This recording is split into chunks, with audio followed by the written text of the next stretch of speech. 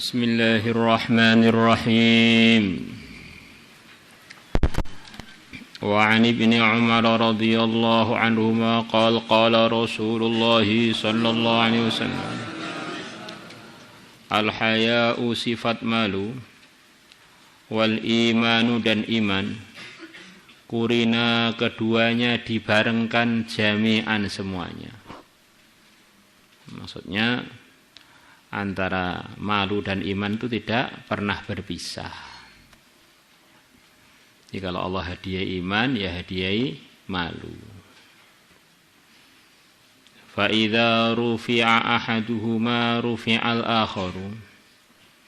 Maka kalau salah satu dari keduanya diangkat, maka yang lain pun akan diangkat. Sebagaimana keterangan kemarin bahwa ciri khas kehidupan orang iman itu diantaranya adalah ada budaya malu dalam berpakaian, tidak menampakkan aurat, bukan sekedar menutup aurat, tapi tidak membentuk-bentuk aurat. Kemudian kalau pergi ke Baitul Khala, ke tempat toilet, ada aturannya. Ketika keluar ada aturannya.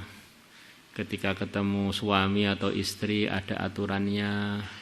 Ketika mau menikah ada aturannya. Yang kalau kita lihat itu memang di kegiatan-kegiatan agama Islam itu selalu disertai sopan santun, diantaranya namanya malu. Ada tidak yang jorok-jorok begitu. Ada cara lamarannya, ada nadzorannya, yang boleh dinadzor juga tidak semuanya. Mau nadzor ternyata yang dinadzor njobo jero. Itu namanya bukan nadzor.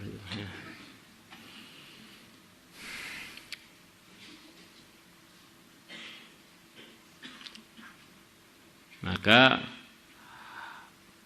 kita lihat kebalikannya, tempat-tempat yang menurut orang yang belum beriman itu indah, ternyata adalah tempat-tempat yang tidak ada sifat malu di tempat-tempat itu. Itu puncaknya kebanggaan orang-orang yang belum beriman adalah hilangnya sifat malu dari mereka. Ada tempat-tempat wisata, katanya wisata terhebat. Ternyata di sana itu bukan kok tempatnya indah, orang-orangnya pada nggak punya malu.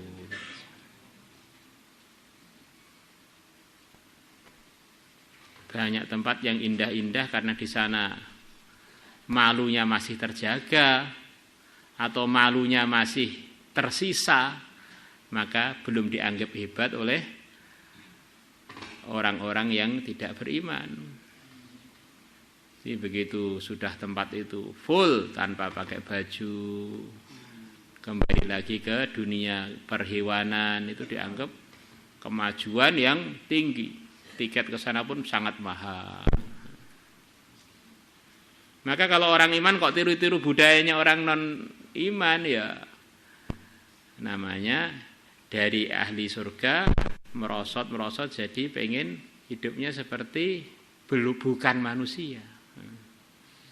Malah jadi bukan maju tapi melorot ke kehidupannya binatang. La ilaha illallah. Rawahul Hakim wa qala sahihun ala syartil Bukhari wa Muslim.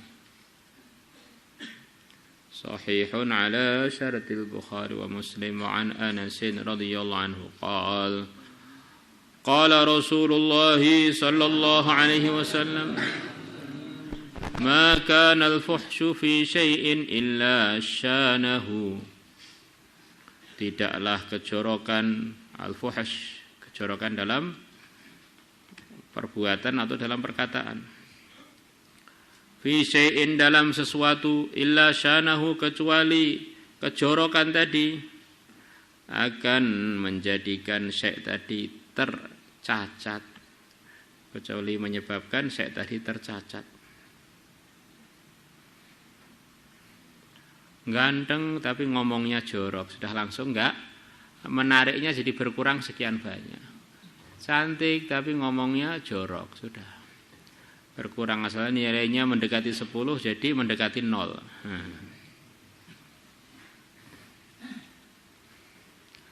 Wa ma kana al-haya'u fi syai'in, dan tidak ada sifat malu fi syai'in dalam sesuatu apapun, illa zanahu, kecuali malu tadi menghiasi sesuatu itu.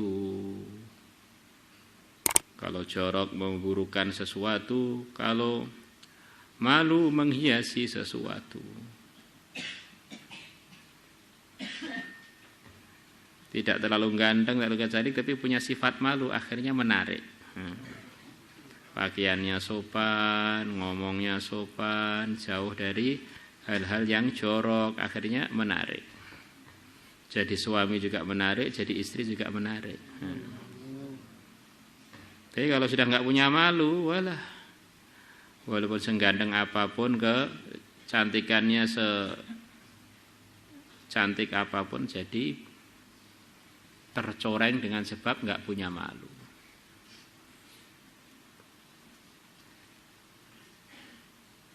Sampai kalau orang mau merenung, orang-orang dunia pun juga menganggap perkara itu tambah dijaga. Tidak semua orang boleh menjamah, dirawat dengan tertutup, banyak ditutupi. Itu perkara ini berarti perkara istimewa.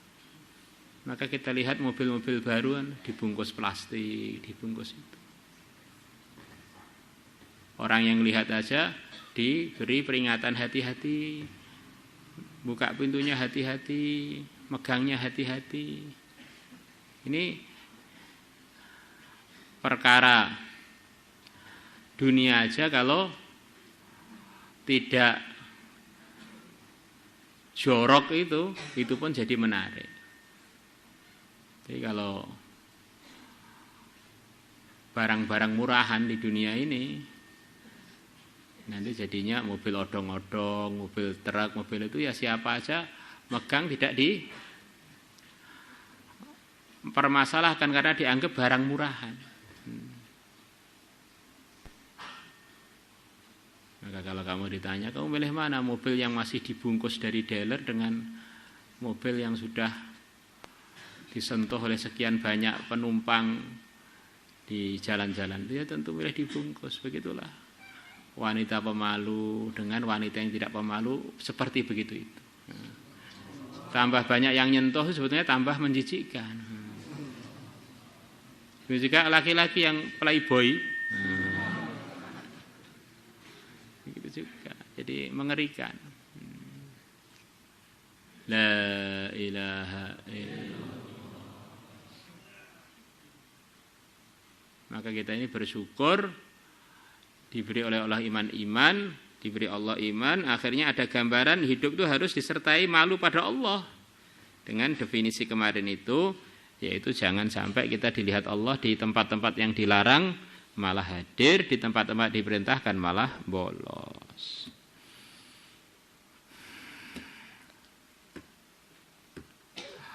وعن أبي أمامة رضي الله عنه قال قال رسول الله صلى الله عليه وسلم الحياء sifat malu, wal'ayyu dan sedikit ngomong. Al-ayyu artinya banyak, di antara yang dimaksud di sini adalah sedikit ngomong, kecuali hal-hal yang berpahala tentu saja. Syu'badani adalah keduanya dua cabang minal imani dari iman. Wal bada'u dan ngomong yang jorok, wal bayanu dan kebanyakan ngomong. Jadi orang ngomong rocos saja itu bahaya itu. Syu'batani, keduanya adalah cabangan minan nifaki dari sifat kemunafikan, sifat rusaknya iman, sifat yang menunjukkan imannya itu rusak. Di antara orang yang imannya terkuat adalah para sahabat.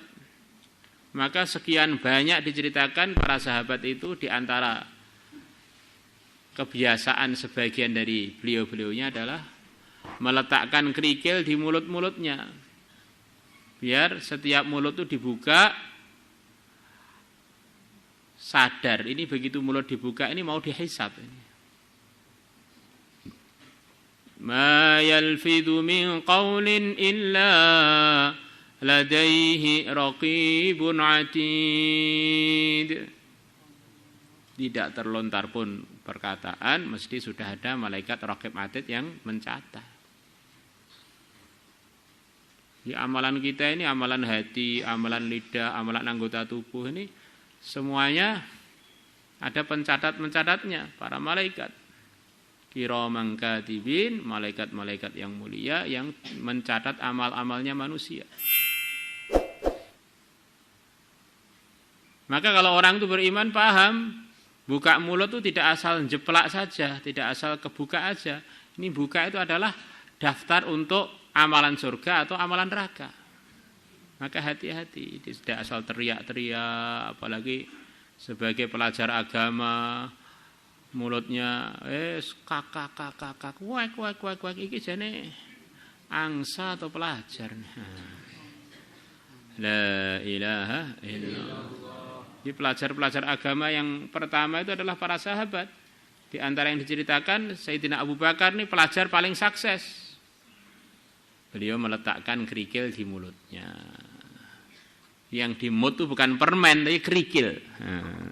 Kalau ngemut permen terus ya berarti ya kokean mangan. Maka inilah yang jadi pertanyaan kepada Abu Yusuf. Yang terceritakan itu Abu Yusuf, banyak hadis cerita mengenai pentingnya menyedikitkan omong. Kok Tuhan omongnya banyak? Maka beliau mengatakan, yang saya pahami semua hadis menceritakan pujian pada menyedikitkan omong itu adalah biar omongan semuanya berpahala. Karena bagian dari amal adalah ngomong itu. Maka semua omongan saya ini adalah untuk cari pahala. Kamu lihat, kamu dengar omongan saya mulai tadi sampai sekarang, ada enggak yang enggak ada pahalanya? Maka saya banyak ngomong biar banyak pahala. Ya, kesimpulannya ini semua langkah kita ini harus kita siapkan kalau ditanya oleh Allah itu dalilnya apa. Hei santri, kamu bolos, dalilnya apa? Aku tidak tahu. Kiyebuk karo malaikat. Kamu ngerokok, dalilnya apa? Kamu terlambat masuk kelas, dalilnya apa? Santri putri lewat, kamu hitung berapa helai cadarnya? Santri putra lewat, kamu hitung jenggotnya berapa? Ini dalilnya apa? Maka kalau orang hidup tanpa dalil itu ya tersesat lah. Al-ilmu nurun. Ilmu itu adalah untuk menerangi kehidupan kita. Ilmu adalah cahaya. Nah, kalau ilmu itu tidak menerangi kita, berarti seperti baterai yang enggak ada stromnya. Ya apa gunanya?